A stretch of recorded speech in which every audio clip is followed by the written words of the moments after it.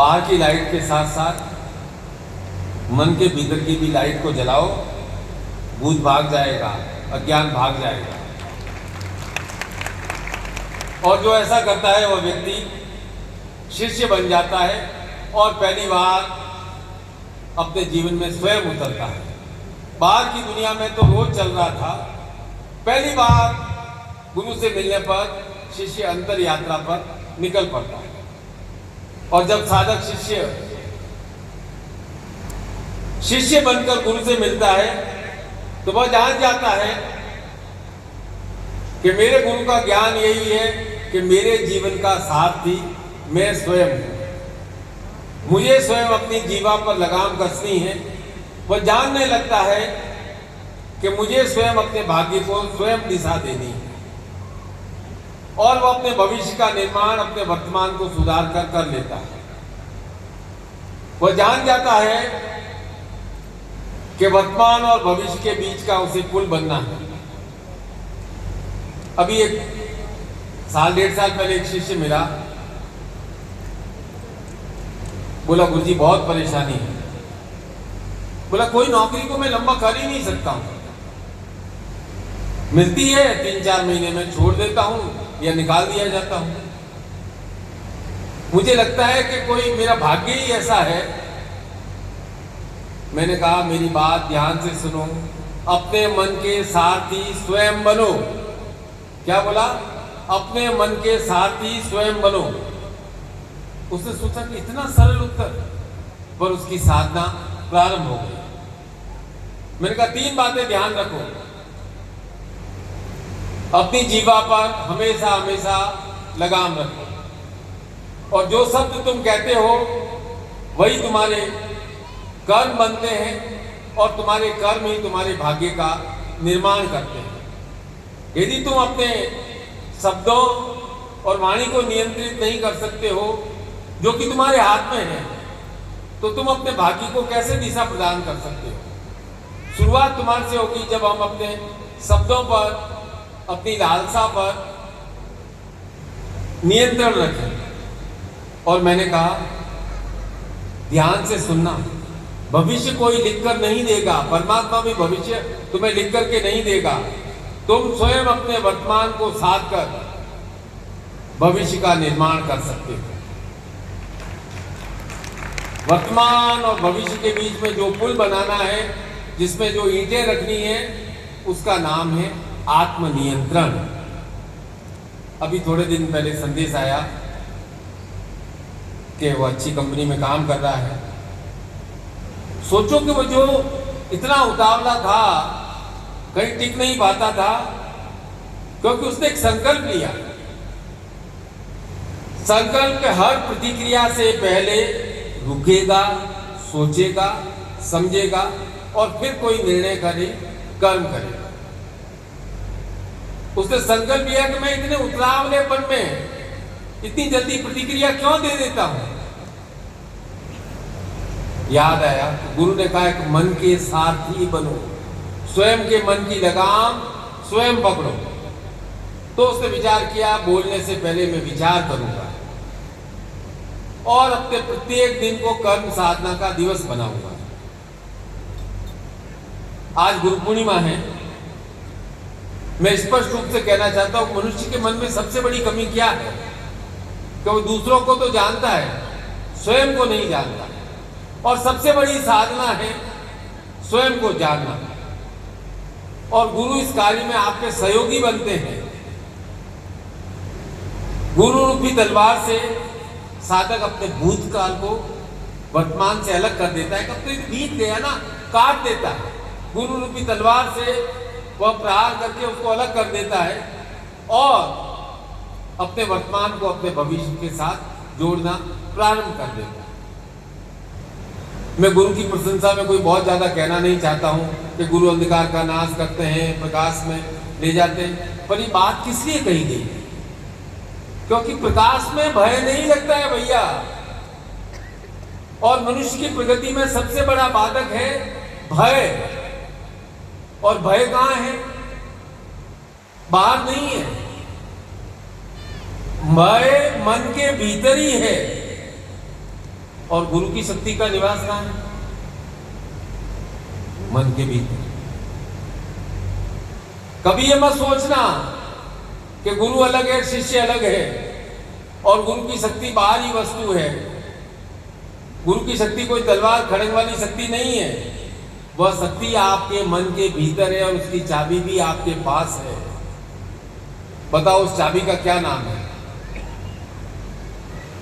जो गुरु की शक्ति आपके मन के भीतर है, जिस शक्ति को जिससे खोल सकते हो, उस चाबी का क्या नाम है?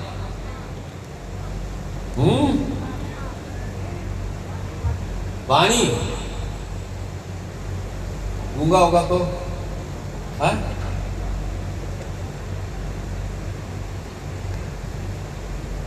उस चाबी का नाम है इच्छा शक्ति। इच्छा शक्ति, और उसका उपयोग करने के लिए आप स्वतंत्र हैं। इसलिए गुरु शिष्य को वरदान देते हैं, महत्वाकांक्षी बनो। और ये महत्वाकांक्षा ही हमें आगे बढ़ने के लिए प्रेरित करती है। गुरु विवश कर देते हैं, पुश करते हैं। गुरु की शक्ति जो आपके भीतर है वह आपको पुश करती है कि मुझे साधारण जीवन नहीं जीना है, मुझे कुछ विशेष करना है, श्रेष्ठ करना है। तब गुरु कहते हैं तुम इच्छा पूर्ति के लिए महत्वाकांक्षी बनो। अभी और करना है, अभी और करना है। चाहे जीवन का 10वां वर्ष हो, चाहे जीवन का 80वां वर्ष हो। गुरु के यहाँ कार्य करने में शिष्य कभी रिटायर नहीं होता है। जिंदगी में सबसे पहले तो रिटायरमेंट शब्द है, उसको मिटा देता है कि अब मैं 60 साल का हो गया हूँ, रिटायर हो गया हूँ। मनुष्य कभी रिटायर नहीं होता। तो अपनी महत्वाकांक्षाओं को, अपनी इच्छाओं को विस्तार देते रहो, विस्तार देते रहो, विस्तार देते रहो। उसके लिए कर्म करते रहो, कर्म करते रहो।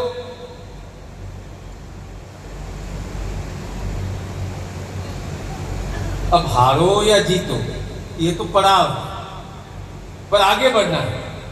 अनेक अनुभवों से गुजरोगे। जो भी अनुभव है वह आपका आत्मिक विकास के पड़ाव बनेगा। मैं जानता हूं आपके भीतर बहुत महत्वाकांक्षा है, और महत्वाकांक्षा से ही हमारे जीवन का दृष्टिकोण, हमारे जीवन का लक्ष्य, हमारे जीवन का उद्देश्य निर्धारित होता है। मैं कभी किसी शिष्य को नहीं कहता हूं कि तू अपने काम को इतना क्यों बढ़ा रहा है, अब तो रेस्ट कर ले। गुरु रेस्ट नहीं करते हैं तो शिष्य को भी रेस्ट नहीं करने देंगे। सद्गुरुदेव की, सद्गुरुदेव की, सद्गुरुदेव की। ओम हरे हर। तो हमारी इच्छाएं और हमारी महत्वाकांक्षाएं एक ही है। सीधा साधा अर्थ है कि जो हमारी कैपेसिटी है, क्षमता है, हमारे संसाधन है, जो हमें अवसर प्राप्त हुए हैं, उससे और अधिक उन अवसरों का लाभ उठाते हैं, और अधिक प्राप्त करने की इच्छा करते हैं। यही हमारी सफलता का स्रोत बनते हैं। तब हमें आत्मविश्वास लाते हैं, समर्पण लाते हैं, और हमारे जीवन में परिश्रम को लाते हैं। तो अपनी महत्वाकांक्षाओं को पूर्ण करने के लिए, इच्छाओं को पूर्ण करने के लिए, अपनी इच्छा शक्ति को धार देने के लिए क्या माध्यम है? वो माध्यम है अभ्यास, अभ्यास, अभ्यास, अभ्यास, अभ्यास। करत करत अभ्यास जड़मति होत सुजान, रसरी आवत जाते सिल्वर परत निशान। ये कथा क्यों बनी? एक शिष्य ने कहा कि गुरुजी मुझे तो कुछ समझ में ही नहीं आता है।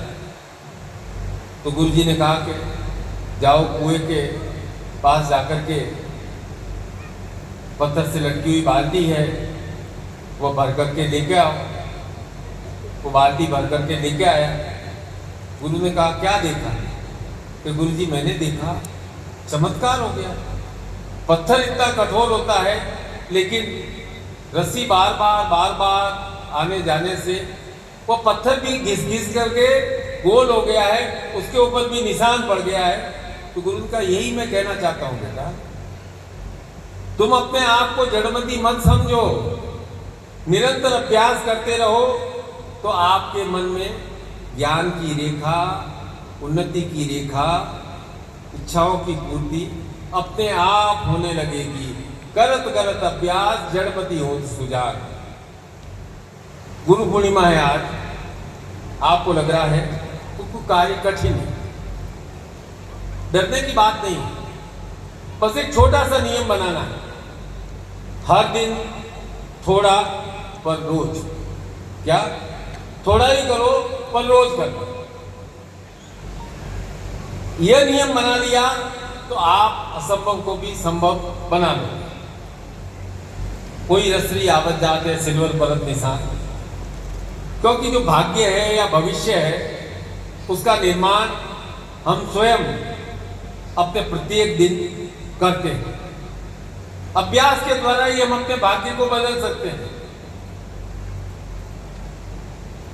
और यह साधना, अभ्यास करने की साधना की शक्ति हम सबके भीतर ईश्वर ने भरपूर भरपूर भरपूर भरी है। शक्ति हमारे भीतर है, भाग्य बदलने की, बाधाओं से संघर्ष करने की। और यदि हम अपनी शक्ति का उपयोग बाधाओं को समाप्त नहीं करेंगे तो बाधाएं हमारे जीवन का सुख चैन ही नाश कर देंगे। एक कथा सुनो, पौराणिक काल की है। एक राजा को विचार आया कि राजकाज ठीक चल रहा है, लंबी यात्रा की जाए। प्रजा नगर द्वार तक छोड़ने आई। थोड़ी देर बाद एक ज्ञानी गुरु मिले। उन्होंने कहा, हे राजन, यदि आप जंगल में जा रहे हैं, कोई छोटे आकार का प्राणी मिले और युद्ध करना पड़े तो आप उससे मार दें। वह जंग के लिए ललकारेगा, उस पर आप दया मत करना, नहीं तो वह आपको परेशान करेगा। राजा को बड़ी बात अजीब लगी। आगे यात्रा में गया, एक छोटे आकार का प्राणी मिला, उसने युद्ध के लिए ललकारा। राजा ने अकेली जंग लड़ी, जीत भी गया, लेकिन राजा ने उस पर तरस खा करके छोड़ दिया। थोड़ा और आगे यात्रा में बढ़ा, वही व्यक्ति दोबारा मिला। अब उसका आकार थोड़ा बड़ा हो गया, फिर हरा दिया उसे, फिर दया करके छोड़ दिया। कुछ समय बाद और आगे बढ़ा, वही व्यक्ति मिला, उसका आकार और अधिक बढ़ा, उस बार भी हरा दिया, पर दया करके छोड़ दिया कि क्या करना है। चौथी बार मिला तो उसका आकार बहुत विशालकाय था। युद्ध हुआ, राजा स्वयं परास्त हो गया। क्या समझे इस बात से? क्या अर्थ निकाला? जब भी जीवन में कोई छोटी भी समस्या आ जाए तो उसे हल्के से मत लेना और उसे निपटाए बिना आगे मत बढ़ना। ये मत सोचना कि इस बाधा को मैं बाद में निपट लूंगा, अभी आगे बढ़ता हूं। जब भी बाधा आती है उस बाधा का उसी समय निराकरण कर, उसे मार कर आगे बढ़ना, तब तो जीवन युद्ध में आपकी विजय होगी। सद्गुरुदेव की, सद्गुरुदेव की, सद्गुरुदेव की, वंदनीय माता जी की, सिद्धाश्रम साधक परिवार की। ओम हर हर। क्योंकि जब हम छोटी छोटी बाधाओं को मारते नहीं हैं तो वही बाधाएं बड़ी हो जाती हैं। पर यहाँ एक समस्या आ जाती है कि आपको उस पास सलाहकार बहुत है, रायचंद जी बहुत हैं जो राय देते हैं, यह करो, यह मत करो, ऐसे जियो, ऐसे सोचो, ऐसे काम करो, ऐसा बिजनेस करो, ये काम करो। आपके जीवन में कोई बाधा समस्या आई नहीं कि सलाहकारों की फौज आ जाती है। मैं पूछता हूं इतने सलाहकार आपके क्यों हैं?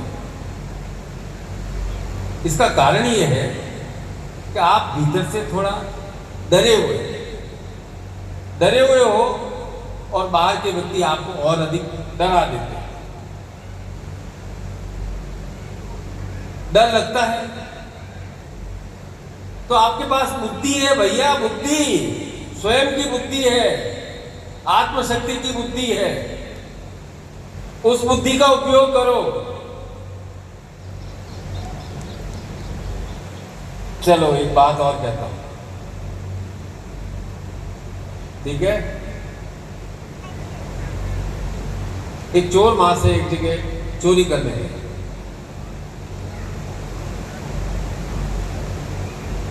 और देखा कि पहले वाले कमरे में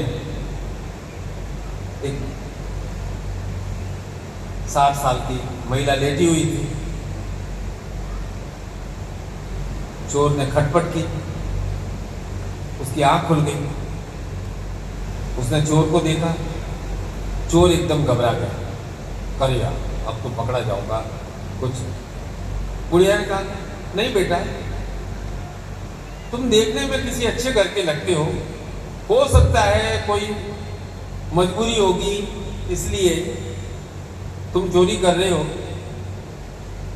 कोई बात नहीं। ये मेरी अलमारी है, इसके तीसरे खाने में तिजोरी है, चाबी मेरे है, ये लो बेटा चाबी।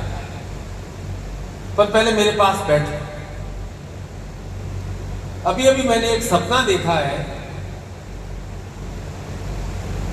उस सपने का मेरे को मतलब समझा दो, फिर तुम ये लो चाबी तुम्हारे हाथ में दे दी। चोर भी बहुत उसकी रहमदिली पर अभिभूत हो गया, पास बैठ गया।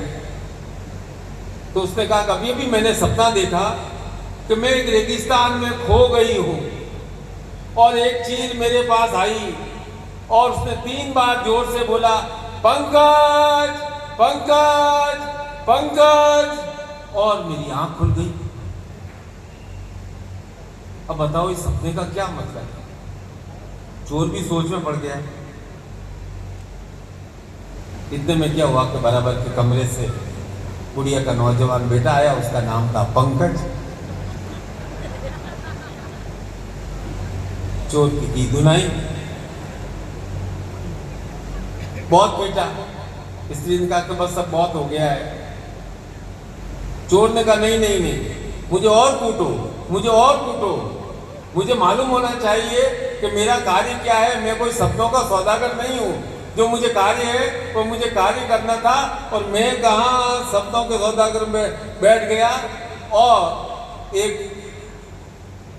बूढ़ी स्त्री ने कितनी बुद्धि लगाई कि अब मैं इसका सामना तो कर नहीं सकती हूँ, लेकिन इसे अभिभूत कर सकती हूँ और अपने पंकज को आवाज लगा सकती हूँ। चलो, तो भाई हर जगह किताबी ज्ञान काम नहीं आता है। जो अनुभव लिया है उस बुद्धि को तराशना भी पड़ता है, और अपनी तात्कालिक बुद्धि होती है ना, उसको विकसित करना पड़ता है। मनुष्य के कितने हाथ होते हैं? 2, और भगवान के बताए हैं 4 हाथ। विष्णु के 4 हाथ। तो भगवान के 4 हाथ में 3 हाथ त्रिकाल पर नियंत्रण के प्रतीक, भूत, वर्तमान और भविष्य। और 4था हाथ है कि भगवान केवल काल को नियंत्रित ही नहीं करते, उसे बदलने की क्षमता रखते हैं, बदल भी सकते हैं। और इसलिए जब ईश्वर की कृपा होती है तो कर्म साधना में सिद्धि प्राप्त होती है। कब? ईश्वर की कृपा कब होती है? तब कर्म साधना में सिद्धि प्राप्त होती है। और शिव आशीर्वाद से जो तीनों काल का नियंत्रण रखते, हमारा भविष्य भी बदल सकता है, और बदलता अवश्य है। और मनुष्य के पास है 2 हाथ, एक सक्रिय और एक निष्क्रिय। सक्रिय हाथ हमारी क्रिया शक्ति का प्रतीक है, और निष्क्रिय हाथ हमारे भविष्य का प्रतीक है। दोनों हाथ हमेशा एक साथ काम नहीं करते हैं। 90% 99% लोग राइट हैंड से काम करते हैं और 1% लेफ्ट हैंड से काम करते हैं। तो आपका सक्रिय हाथ आपकी क्रिया शक्ति का स्वरूप है और निष्क्रिय हाथ आपके भविष्य का प्रतीक है। जितनी अधिक आप क्रिया करते रहोगे आपका भविष्य उतना ही उज्जवल होता जाएगा, उसमें और अधिक प्रकाश आता जाएगा और अधिक प्रकाश आता रहेगा। आपको किसी भी प्रकार का भय नहीं लगेगा। मैं आपसे स्पष्ट कहता हूं कि दूसरों की बातों में आकर आप अपने मन की अनसुनी कर देते हो। कभी किताबी ज्ञान में उलझ जाते हो, कभी अंधविश्वास के झोले में उतर जाते हो और फिर बनते ही चले जाते हो, बनते ही चले जाते हो। सबसे प्रभावशाली क्या है? आप बार बार कहते हो गुरु की शक्ति सबसे प्रभावशाली है। अरे भाई, गुरु की शक्ति तभी प्रभावशाली होगी जब आप अपने मन की सुनोगे। जितनी बार आप अपने मन की अनदेखी करोगे, उसकी सही दिशा को नहीं सुनोगे, उतनी ही गुरु की शक्ति जो आपको प्रवाहित हो रही है वो क्षीण होती जाएगी। वो गुरु और 4-6 शिष्य यात्रा पर जा रहे थे। रास्ते में एक चट्टान आई तो एक ने कहा कि सबसे अधिक कठोर चट्टान होती है। दूसरे ने कहा अरे अरे नहीं नहीं नहीं, क्या गुरुजी चट्टान सबसे कठोर होती है क्या? दूसरे ने कहा नहीं नहीं, लोहा पत्थर से भी कठोर होता है, वह लोहा पत्थर को काट सकता है। तीसरे ने कहा नहीं नहीं नहीं, अग्नि की शक्ति सबसे प्रबल होती है। अग्नि की शक्ति लोहे को भी पिघला सकती है। चौथे ने कहा नहीं नहीं, अग्नि की शक्ति से अधिक जल की शक्ति प्रबल होती है जो कि अग्नि को भी शांत कर देती है। एक ने कहा कि नहीं नहीं, हवा की शक्ति है जो और अधिक तीव्र होती है। एक और शिष्य कुछ बोलने लगा तो गुरु ने इतना ही कहा, क्यों बहस करे? कौन कितना प्रभावशाली है, कौन कितना कठोर है? सबसे प्रभावशाली है मनुष्य के मन का संकल्प। संकल्प के बल पर ही वह पाषाण को तोड़ सकता है, लोहे को पिघला सकता है, आग को बुझा सकता है, पानी को उड़ा सकता है। मनुष्य का संकल्प यदि दृढ़ हो तो वह बुरे से बुरे संस्कारों को भी समाप्त कर सकता है। और गुरु कह रहे सबसे बड़ी बात है कि तुम्हें ये सब चर्चा करने की आवश्यकता क्या है? हमारा काम है यात्रा में आगे बढ़ना, और व्यर्थ में रुक करके हम बेकार की चर्चा कर रहे हैं। आगे बढ़ने का जो हमारा संकल्प है उसको हम रुक रुक करके निर्बल बनाते हैं। तो मैं आज गुरु पूर्णिमा पर आप कह रहा हूं कि जब आप दूसरों की बात सुनते हो, अपने मन की बात नहीं सुनते हो, तो आप अपने जीवन में समस्याओं को खुद ही बुला लेते हैं। समाधान तो आपको ही करना है।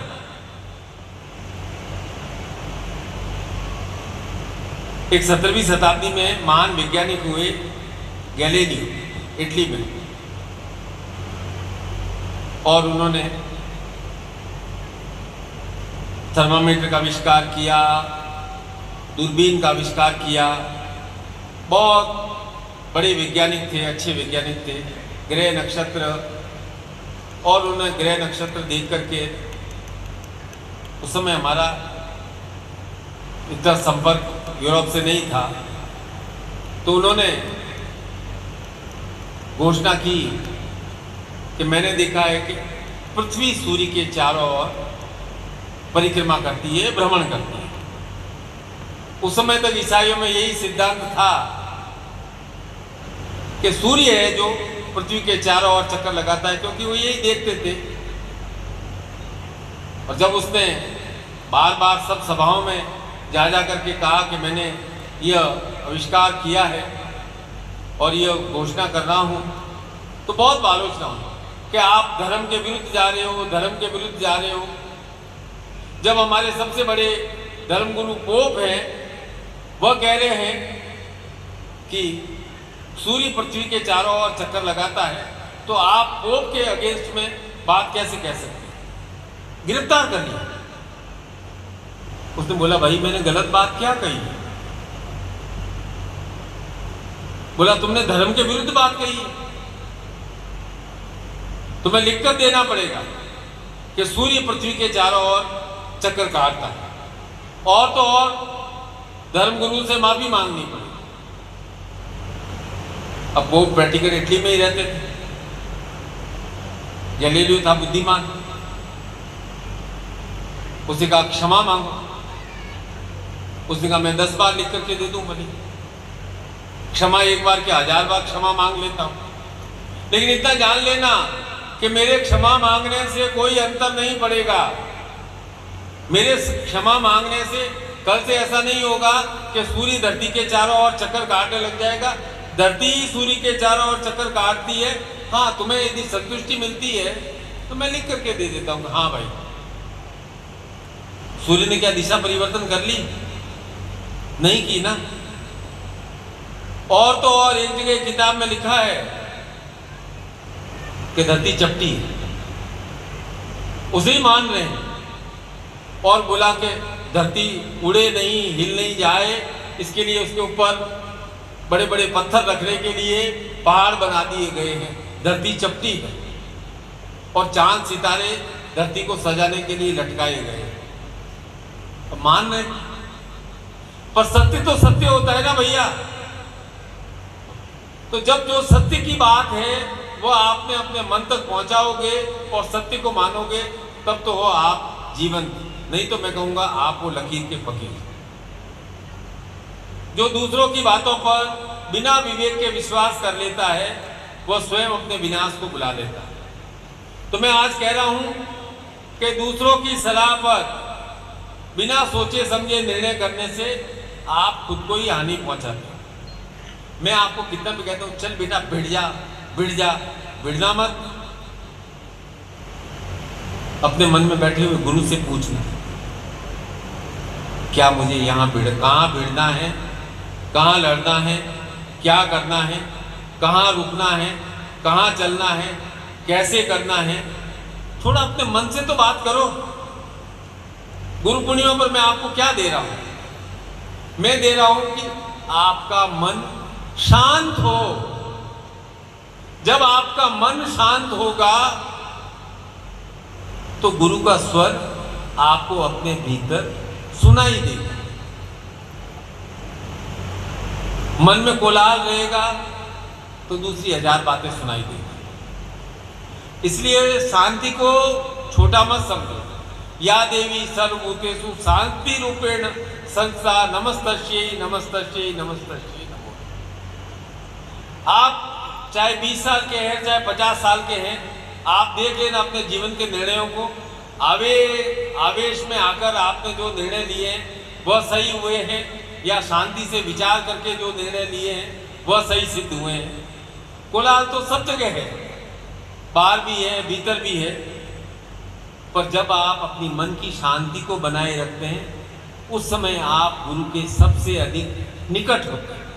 जब आप अपने मन को शांत बनाए रखते हैं, शांति में ही आप गुरु का स्वर सुन सकते हैं। अशांत मन गुरु का स्वर सुन ही नहीं सकता है। अशांत मन गुरु की शक्ति को अनुभव कर ही नहीं सकता है। वो अनुभूति आनी चाहिए, ये भाव आना चाहिए, मैं तेरे भीतर हूं, तू ही मैं हूं, मैं ही तू। अरे भाई, जब गुरु आपके भीतर हैं तब किस बात की चिंता? जब तुम्हारे साथ निखिलेश्वर है तब किस बात की चिंता? जब तुम्हारे ऊपर निखिलेश्वर का हाथ है फिर किस बात की चिंता? सारी चिंताएं आपने मन में ताना बाना बुन करके बढ़ाई हुई है। घर गृहस्थी की भी बात बता देता हूं। पति महोदय बहुत चिंतित परेशान रहते थे। पत्नी ने कहा, क्या बात है, मुझे बता दो, मैं दूर नहीं कर सकती हूं तो आप हल्के तो हो जाओगे। होता है ना हर घर में। जवाब नहीं दिया। क्यों नहीं जवाब दिया? चिंता का कारण पत्नी नहीं थी, चिंता का कारण था भीतर का भय। और कोई भी मनुष्य अपने भीतर का भय दूसरों के सामने प्रकट नहीं करता। और यही मैं आपको कहता हूं कि भगवान का चौथा हाथ है, वह काल पर नियंत्रण का प्रतीक है, वह अभय प्रदाता है। गुरु आपके जीवन में किस रूप में आए हैं, जिस रूप में आप जानोगे उतारोगे उसी रूप में आएंगे। गुरु की शक्ति का निवास कहाँ है, यह प्रश्न आपको यहीं बैठे बैठे मिल जाएगा। अपने आप से पूछो कि गुरु का निवास कहाँ है। गुरु की शक्ति का निवास आपके मन के भीतर है। गुरु की शक्ति का निवास कहाँ है, हमारे भीतर। और मन की शांति में ही गुरु का स्वर हम सुन सकते हैं। इसके लिए आपको अपने मन के पास रहना पड़ेगा, उसे व्यर्थ के बंधनों से मुक्त करना पड़ेगा। नियमित रूप से मंत्र जप करो, गुरु मंत्र करो, चेतना मंत्र करो। मनः तारयति इति मंत्र, तो यह भी एक अभ्यास है। आपकी वाणी मंत्र का स्वरूप है। जिस दिन आपकी वाणी मंत्र बन जाएगी तो आप स्वयं सेल्फ हिप्नोटाइज हो जाएंगे। आपको लगेगा कि मैं कितना ग्रेट हूं यार, कितनी अधिक मेरी मधुर, कितनी अच्छी मेरी वाणी है, कितना अधिक मेरा प्रभाव है। और आपका मन प्रसन्न रहेगा, स्वयं प्रसन्न रहेंगे। और प्रसन्नता में दूसरों को भी आप प्रसन्नता प्रदान कर सकते हैं। किसी को अपने पास से भगाना है ना, तो आप अपनी परेशानियां उसको सुनानी शुरू कर दो, 2 मिनट में भाग जाएगा। और प्रसन्नता की बातें करो, वो आपके पास 1 घंटे बैठा रहेगा। अपनी प्रसन्नता को प्रकट करना है, गुरु के सामने मुस्कुराना है। बंधनों को रोक करके मत रखो। गुरु पूर्णिमा का बहुत बहुत बहुत बहुत आशीर्वाद। अपने मन में गुरु को निरंतर और निरंतर अनुभव करो। गुरु का वास न दिल्ली में है न जोधपुर में है, गुरु का वास आपके मन के भीतर है। गुरु की शक्ति आपके मन के भीतर है। वह एक लौ गुरु आपके मन के भीतर पुनः प्रज्वलित कर देते हैं। यही वह लौ, वह अग्नि, वह प्रकाश, वह प्रसन्नता आपको निरंतर प्राप्त होती रहे। यही मेरा गुरु पूर्णिमा पर आपको आशीर्वाद है। सदैव प्रसन्न रहो, सदैव प्रसन्न। सद्गुरुदेव की, सद्गुरुदेव की, सद्गुरुदेव की। वंदनीय माता जी की, वंदनीय माता जी की। सिद्धाश्रम साधक परिवार की। ओम हर हर